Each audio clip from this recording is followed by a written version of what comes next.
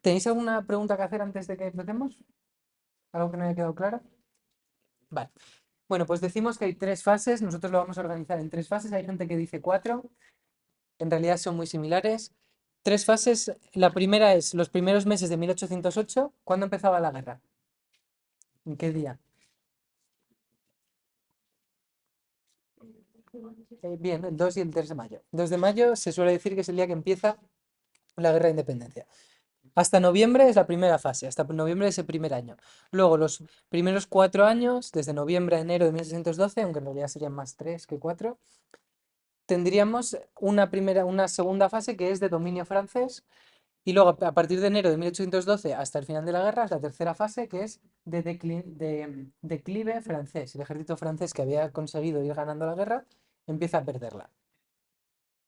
Lo primero que tenemos que pensar para explicar la guerra de independencia es cómo era de poderosa Francia durante la guerra.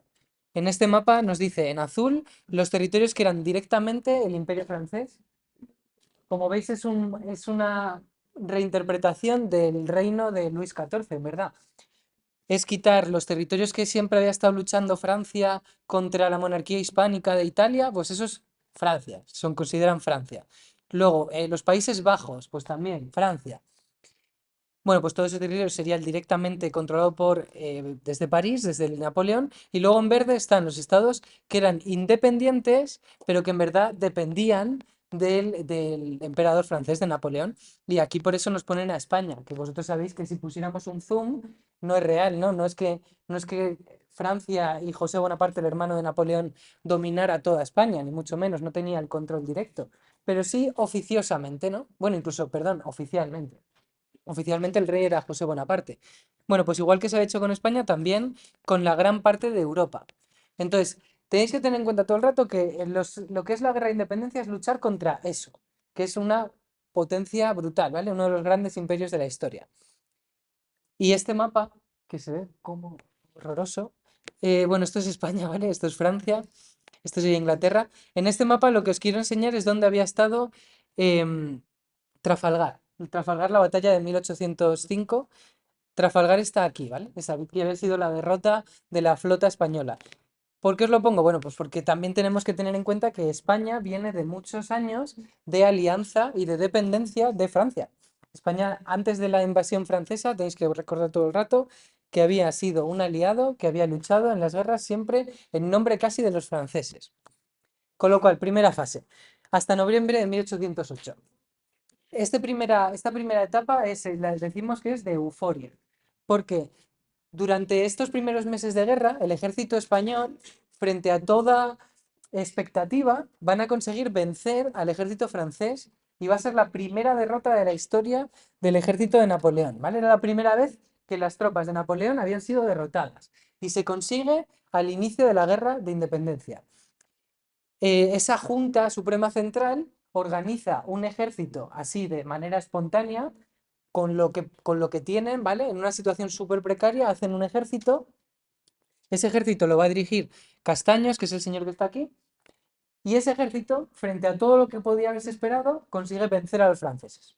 Y eso a la moral española le supone pues, un empujón muy fuerte, porque no se esperaban que pudieran vencer a un ejército que consideraban invencible, porque Napoleón había estado constantemente con sus ejércitos venciendo. Esa batalla se llama la batalla de Bailén, y la tenéis que mencionar. ¿Cómo lo decimos? Bueno, pues al inicio de la guerra, la resistencia prepara un ejército a través de la Junta Suprema Central. Si queréis aprender el nombre de Castaños, podéis. Sería algo bueno, no es completamente necesario. Que, mandado por Castaños, consigue vencer en Bailén por primera vez a las tropas francesas. Esa batalla de Bailén, ahora os voy a enseñar dónde se llevó a cabo, es más o menos en la zona de Sierra Morena. Sierra Morena es una zona, una pequeña cordillera, que es el puerto por el cual hay que cruzar para entrar en Andalucía desde la meseta sur. Desde la meseta sur, si quieres llegar a Andalucía, tienes que ir por esa zona. Y entonces es ahí donde les vencen. Y eso permite que los franceses no puedan ocupar Andalucía. Y tenéis que mencionarlo, ¿vale? Pensad que vais a tener que escribir 50 líneas, que son muchas. Entonces, en esta primera fase decimos, se consigue con la batalla de Bailén frenar la ocupación francesa de Andalucía. Por eso las cortes van a ser en Cádiz, porque se había conseguido evitar que los franceses dominaran Andalucía. Cádiz era la zona más fácil de defender, además de todo eso que os conté el otro día, de que era una isla y que permitía que fuera más fácil de defender frente a una invasión. Pues pongo aquí, era un shock para la época. Tanto shock que José I decide huir de Madrid, ¿vale? Piensa que incluso está en una situación en la que a lo mejor hasta le pueden capturar. Se va de Madrid a Vitoria, pero luego volverá a Madrid. Bueno, volvemos a este mapa que se veía tan mal. En este mapa que lo tenéis en el libro, yo si eso os diría que lo abrierais en el libro. Después de esta primera fase nos quedan las zonas de manera que los franceses realmente controlan lo que sería la zona de Aragón y del Valle del Ebro y de Cataluña. Eso es lo que ellos controlan de verdad, las tropas francesas.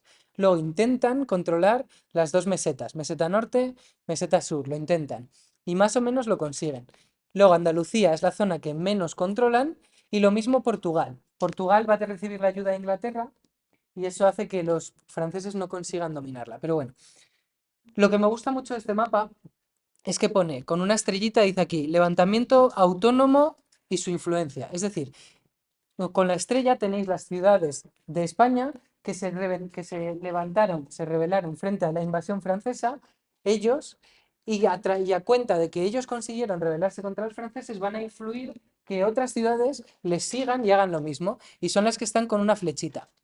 Si veis, por ejemplo, Valladolid influyó en Palencia, en Ávila y en Salamanca. En Oviedo influyen a León, La Coruña y Santander. ¿Qué nos está diciendo esto? Pues que el pueblo de España va a ser el que inicie bueno, pues la resistencia frente a la invasión francesa. Pero en esta primera etapa decimos simplemente que se consigue una victoria sorpresiva, una victoria por sorpresa en Bailén, y que es el inicio de los levantamientos populares frente a los franceses. Bien, ¿no?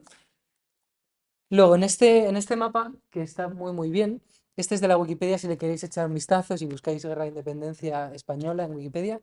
En este mapa nos pone Guerra de Independencia desde 1808 a 1811.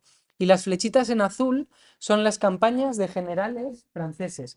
Y las flechitas en rojo son campañas de generales o bien ingleses o bien españoles. ¿Qué nos está diciendo este mapa? Pues cómo van a responder los franceses. Cuando Napoleón se ha derrotado su ejército, porque él no estaba en Bailén, ¿vale? Napoleón no estaba en Bailén, es su ejército el que es derrotado. Cuando se ha derrotado, como nunca había sido derrotado nunca, para Europa eso es una noticia que se propaga mucho, sí, muy rápido. Es como una gran noticia para todos los demás enemigos de Francia.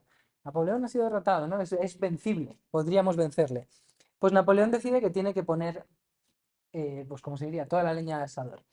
Y Napoleón mismo va a hacer una campaña en la que entra desde Bayona con su ejército y básicamente va a barrer toda España. ¿Vale? Napoleón va a barrer toda España. Esa es la siguiente fase. Ahora mismo voy a ella, pero primero porque veáis aquí, uy, va hacia Burgos, Madrid, luego se va hacia Valladolid, va por Simancas para atacar a Astorga, luego también toman parte de Andalucía. En fin, 1808 a enero de 1812 tenemos la segunda fase, ¿vale? Segunda fase de noviembre de 1808 a enero de 1812, pues una fase de claro dominio francés. Al inicio, las tropas españolas consiguen frenar esa invasión de los franceses, pero Napoleón acude en persona a dirigir las campañas, estará solo unos meses, pero digamos que consigue controlar el dominio de la península. Durante estos años es cuando Inglaterra se une a la contienda como un aliado de la España que se enfrenta a Napoleón. Inglaterra había derrotado a España en la batalla de Trafalgar, por ejemplo, en 1805. Inglaterra era un enemigo de España. Pero una vez que una parte de España se rebele contra los franceses, pues Inglaterra va a ser aliada de ese bando que se quiere enfrentar a Napoleón. Entonces, esta segunda fase, Napoleón acude en persona y vence en la península. Inglaterra se une como aliado del bando español que se enfrenta a Napoleón, de los rebeldes, lo podemos llamar el bando realista, son los que defienden a Fernando VII.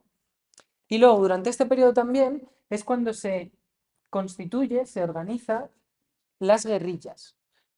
Y la palabra guerrilla se usa en inglés, ¿vale? En inglés se usa guerrilla, la misma palabra, porque es una palabra que se inventó durante la Guerra de Independencia Española. Una guerrilla es un tipo de lucha en la cual el pueblo, gente que no es un militar profesional, es gente que no son profesionales, toman las armas y se dedican a sabotear y a molestar lo máximo posible a un ejército que sí que es profesional. De esto va a haber muchos ejemplos en la historia, por ejemplo en Vietnam. Pero España es el primer ejemplo. Es una resistencia popular porque el pueblo mismo, que no son soldados, reciben armas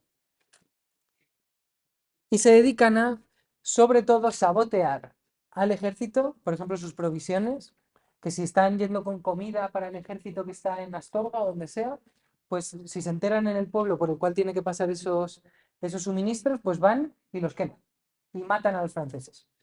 Y luego se van a dedicar mucho a desmoralizar, porque a lo mejor atacaban por la noche o atacaban a grupos que sabían que eran muy pequeños, que a lo mejor eran unos pocos soldados que estaban haciendo una, pues yo que sé, una ronda de reconocimiento o lo que sea. ¿Cómo puedes desmoralizar a un ejército como el de Napoleón, que es tan fuerte? Pues atacándoles cuando son débiles, ¿no? Cuando son pequeños números de personas y cuando tú conoces el terreno y ellos no. Y eso es lo que pasaba con la guerrilla, que son gente que es que están invadiendo su pueblo y ellos se saben todos los caminos, saben huir y los franceses no. Los franceses se pierden, quieren seguirles y no pueden. Entonces eso es la guerrilla. Intentad explicarlo lo mejor que podáis, pero bueno, yo creo que es fácil de entender. Ahora, ese tipo de guerra popular, de resistencia popular de las guerrillas, si por algo destaca es porque es hiperviolenta, ¿vale? Terriblemente violenta. Porque es la forma de desmoralizar a un ejército. Cuando tú quieres que el soldado que está enfrente tuyo no se atreva a luchar o esté nervioso cuando se enfrenta contra ti, lo que tienes que hacer es que se acuerde de qué es lo que le hacen a los soldados como tú cuando les pillan los guerrilleros. Y les hacían barbaridades, pero de verdad, ¿vale? Entonces Goya vivió muchos, bueno, él vivió la guerra, Goya. Entonces, después hizo unos grabados, bueno, durante la guerra hizo unos grabados que se llaman Los desastres de la guerra, en los que él intentaba representar escenas que él había visto, ¿vale? Son todas escenas que él había visto, son un montón, las podéis ver en internet, son muy buenas, la verdad. Y todas tienen abajo un pequeño texto. Aquí dice, con razón o sin ella.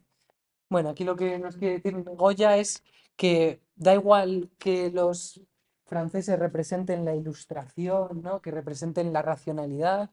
A esta gente le da igual. Ellos lo que quieren es no estar ocupados, que los franceses no les ocupen militarmente. Aquí dice, ¿qué hay que hacer más? Bueno, pues ¿qué le está haciendo el señor? Pues partirle por la mitad, ¿no? ¿Qué hay que hacer más? Pues quiere decir que hay que hacer más para que esta guerra se acabe de una vez. Aquí dice, las camas de la muerte. Bueno, pensad cuál era la situación de la gente que se estaba refugiando durante la guerra. Sin comida, en invierno. Mucha gente se moría solo por la mala situación durante la guerra, por no tener los recursos que necesitas. Aquí dice, amarga presencia. Aquí lo que tenéis es a los soldados franceses y cómo trataban a la población española. Los soldados franceses van a reaccionar a esa guerra de guerrillas también siendo muy violentos. Y los propios franceses también, muchas veces cuando tenían que irse de un pueblo, lo que hacían era dinamitarlo. Por eso en España muchísimos castillos e iglesias hoy día están destruidos, porque los franceses los destruyeron durante la guerra de independencia.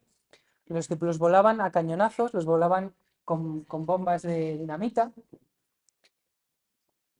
Bueno, aquí lo que sería es como los soldados franceses pues violaban a las mujeres durante la guerra. Aquí dice, y son fieras.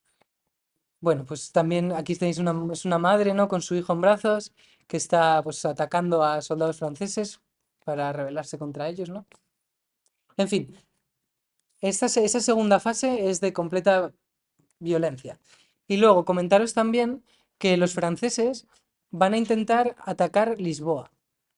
Van a intentar atacar Lisboa, pero no lo van a conseguir por la ayuda de los ingleses. Los ingleses van a acudir a Portugal y van a defender Lisboa. Y bueno, esa campaña es de las más criticadas dentro de las campañas del ejército napoleónico porque lo organizaron muy muy mal los franceses. Podían haber atacado y conquistado Lisboa muy bien, pero los ingleses aprovecharon las debilidades de los franceses y que habían ido muy lentos, sobre todo los franceses, y consiguieron que Portugal no cayera. Si Lisboa hubiera caído, pues probablemente Portugal habría estado en una situación mucho peor durante esa segunda fase de dominio francés. Y luego vamos con la tercera fase. 1812, las cosas empiezan a cambiar, ya desde enero. ¿Qué cambia? Bueno, pues no es que cambie algo dentro de España como tal, sino lo que cambia es en Europa. Napoleón empieza a tener sus primeros problemas en Europa. Napoleón tiene campañas fallidas. Y bueno, imagino que sabréis cuál fue la campaña fallida de Napoleón, ¿no? ¿Cuál es la que fue su gran error? Intentar invadir Rusia, ¿no? Bueno, Napoleón va a intentar invadir Rusia y le va a salir mal, porque el invierno siempre es muy duro, los rusos hicieron una campaña de tierra quemada que hizo que los franceses se murieran de hambre porque no tenían comida. Entonces Napoleón va a tenerse que retirar sin llegar a conquistar Rusia. Esos problemas de Napoleón fuera de España afectan también a España, porque Napoleón va a llevarse a sus mejores soldados de España a Rusia. Napoleón saca a sus mejores soldados de España para sus campañas en Europa, en Rusia. Por tanto, el ejército de Francia, el ejército francés invasor, pierde fuerza. Y a esto se une que los ingleses, sabiendo de la debilidad francesa en España, van a lanzar una ofensiva. Los ingleses lanzan una ofensiva dentro de la península ibérica, empezando desde Portugal hasta España. Y quien va a dirigir ese ejército se llama Wellington. Y es este señor que está aquí. Y a Wellington sí que deberíais de conocerle, ¿vale? Sí que deberíais de mencionarle en vuestro tema. Wellington es el comandante que estaba al mando del ejército inglés que apoyó a los portugueses y a los españoles. Wellington consigue vencer en bastantes batallas importantes, sobre todo en la zona de la provincia de Salamanca. La batalla de Arapiles es la que se suele comentar más. Yo no soy muy fan de aprenderse nombres de batallas de memoria, pero si lo hacéis, que sepáis que a muchos profes les parece muy bien. Yo soy de creer que cada vez se valora menos, pero si creéis que tenéis la capacidad de memorizar nombres de batallas, perfecto. Batalla de Arapiles, vencida por Wellington en Salamanca. Bueno, y a Wellington por esas victorias le van a nombrar el comandante de las tropas también españolas, ¿vale? Porque ese ejército inglés en verdad es un ejército anglo-español, porque es un ejército el ejército de los ingleses y los españoles juntos, están aliados frente a Napoleón. Bueno, como cada vez el ejército de los ingleses y españoles, el ejército anglo-español cada vez está avanzando más, pues José I se va a tener va a tener que huir de Madrid y digamos que la guerra ya está, la suerte de la guerra ya casi estaba echada.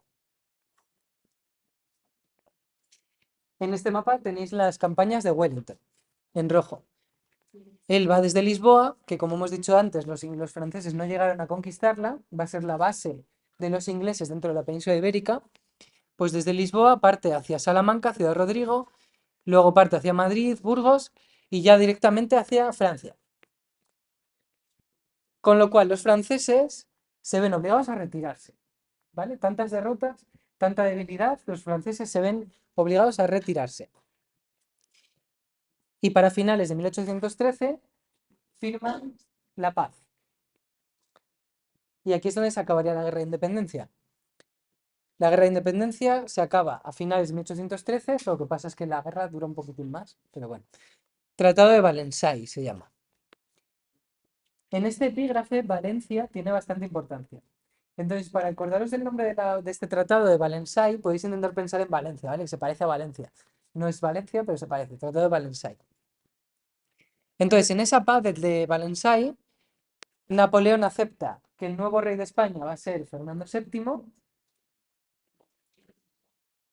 y que unos meses después le va a liberar. Pero no le libera hasta marzo de 1814. Entonces, la paz dice que Fernando VII va a ser el reino, el ejército que estaba enfrentándose a la ocupación francesa. Ellos por lo que luchaban era porque Fernando VII fuera el rey, entonces consiguen su objetivo. Solo que Fernando VII en verdad no va a ser liberado porque él estaba prisionero en un palacio. No va a ser liberado hasta ya marzo de 1814. ¿Dudas de la guerra? Entonces, tres fases. Primero, en el propio año 1808, los españoles consiguen sorpresivamente vencer en Bailén. Andalucía así no es tomada. Como represalia, Francia con Napoleón invade la península y la va a dominar hasta finales de 1812, perdón, hasta enero de 1812, inicio de 1812. Consiguen ocupar casi toda la península, excepto Lisboa y Andalucía. Ahí empiezan las guerras de guerrillas, que tenéis que explicar que ya sabéis que son la gente del pueblo que ha tomado las armas, que va a intentar debilitar al ejército con sabotajes, desmoralizándoles, que es una guerra muy cruda. Y luego ya decimos, después de enero, las tropas francesas, las mejores tropas, son llevadas a la invasión de Rusia. En la invasión de eso permite que las tropas francesas sean debilitadas y los ingleses con Wellington van a lanzar una ofensiva desde Lisboa que va a hacer que los franceses se tengan que retirar y Wellington llega a ser el comandante en jefe del ejército anglo-español. Hasta el Tratado de Valenciennes, que reconoce a Fernando VII como rey. Ahora, las consecuencias. Consecuencias de la guerra. Esto sería para ya terminar el tema. Vamos a decir cuatro consecuencias. Lo primero, pérdidas demográficas. Demografía, ¿qué significaba? Población, bien. Pérdidas de población. Fue una guerra muy, muy, muy destructiva. La guerra más destructiva que se había vivido en la península desde hacía muchísimo tiempo. Yo hablaría desde las guerras de los romanos. Va a sufrir muchísimo la población, la propia población. Ya os he dicho que los franceses, por ejemplo, cuando tenían que huir, lo que hacían era quemar el pueblo. Es más, vosotros conoceréis el ejemplo del Escorial, ¿no? El Escorial, cuando las tropas francesas tienen que huirse, tienen que retirarse, tienen que huir, los franceses dan la orden de que hay que quemar el monasterio y hay que quemar el pueblo. Y mucha gente del pueblo se rebeló contra esta orden del ejército francés. El propio pueblo se enfrentó al ejército francés que estaba retirándose para que no quemaran el monasterio. Y lo consiguieron. Y eso hizo que Fernando VII, cuando volviera, después llamara y le diera el título al Escorial de Leal Villa del Escorial, ¿no? Muy leal Villa del Escorial. ¿Esto lo sabíais? Bueno, pues lo dice en el escudo. Es más, es que cuando firman en el ayuntamiento pone muy leal Villa del Escorial. Lo pone, lo habéis visto, ¿no? Bueno, pues es por eso. Es porque Fernando VII premiaba que los escurialenses se habían enfrentado a los franceses cuando iban a quemar el pueblo. Bueno, pues eso que había pasado en Escorial pasó en muchos otros pueblos. Y en muchos otros pueblos los franceses destruyeron el pueblo entero. Y eso va a afectar a la gente, porque la gente se enfrenta cuando quieren quemar tu pueblo. Entonces el ejército les mata. Entonces es una guerra que fue muy agresiva, tanto con el ejército como con la población. Se saquearon, se hizo pillaje a gran escala, se devastaron varias ciudades. Por ejemplo, Zaragoza, Girona, San Sebastián, son ciudades que fueron devastadas directamente. Se habla de unos 500.000 muertos, hay gente que habla más, ¿vale? 500.000 muertos es muchísimo. Vosotros sabéis un poco cómo era la población de Castilla. Por ejemplo, habría unos 5, entre 5, 6, incluso un poquitín más millones de personas en Castilla. Pensad que si en Castilla y eso, en la península a lo mejor no habría más de 11, 12 millones, bastante menos, muy posiblemente, con lo cual que mueran 500.000 personas es muchísimo. Luego, las cosechas durante la guerra, ¿quién las va a atender? Nadie. Estás en guerra. Las cosechas es lo primero que el ejército va a ramplar con ello. El ejército durante las guerras, si tú estás ocupando otro país, lo que haces es muchas veces quemar las cosechas del otro pueblo. Con lo cual la gente sufre, no tienen comida. Bueno, muere muchísimo ganado. Luego, bancarrota, desde luego. España, bueno, es que pensad mismamente en Ucrania ahora mismo. Si miráis el gráfico de la deuda de Ucrania durante la guerra, es brutal, porque Estados Unidos no para de darles préstamos para que puedan mantener el esfuerzo bélico. Porque claro, es que durante una guerra, ¿cómo vas a mantener el dinero para pagar a todos los soldados? Imposible. No puedes, te estás endeudando. Bueno, pues eso pasa también durante la guerra de independencia. Luego, la industria española. La industria española va a sufrir muchísimo. Y eso va a hacer. Hay gente que habla de que una de las razones por las que la revolución industrial en España llegó tan tarde es la guerra de independencia. Con lo cual, también decimos esa consecuencia, ¿vale? Creo que en el libro no menciona ninguna consecuencia. Esas son todas las que estoy diciendo yo ahora. Yo las diría. Entonces, pérdidas demográficas y explicáis pues la gran dureza de la guerra, el sufrimiento de las cosechas, endeudamiento del Estado. Luego, pérdidas materiales. Las ciudades son muchas ciudades son destruidas, muchos pueblos también. Y luego la industria también, la industria sufre mucho. Luego, consecuencias internacionales de la guerra. Bueno, pues realmente el inicio del declive de Napoleón sería la propia guerra de independencia. Hablamos de que Rusia fue el gran error de Napoleón, pero es que también lo fue España. España fue un intento de invasión fallido de Napoleón. Y luego, en el epígrafe 5.3 hablaremos de la independencia de las colonias americanas. La independencia de las colonias americanas realmente empieza con la guerra de independencia. Entonces va a dar lugar al inicio del movimiento independentista latinoamericano o de América Hispana, las colonias americanas. Y luego, España va a quedar dividida, porque en España van a quedar los patriotas, que son los que defendían a Fernando VII durante la guerra, y los afrancesados. Vosotros ya os podréis imaginar que a Fernando VII no le hizo mucha gracia enterarse de que hubo bastantes miles de personas que apoyaban a José I, Bonaparte. Esos afrancesados van a tener que exiliarse de España, realmente, van a tener que huir.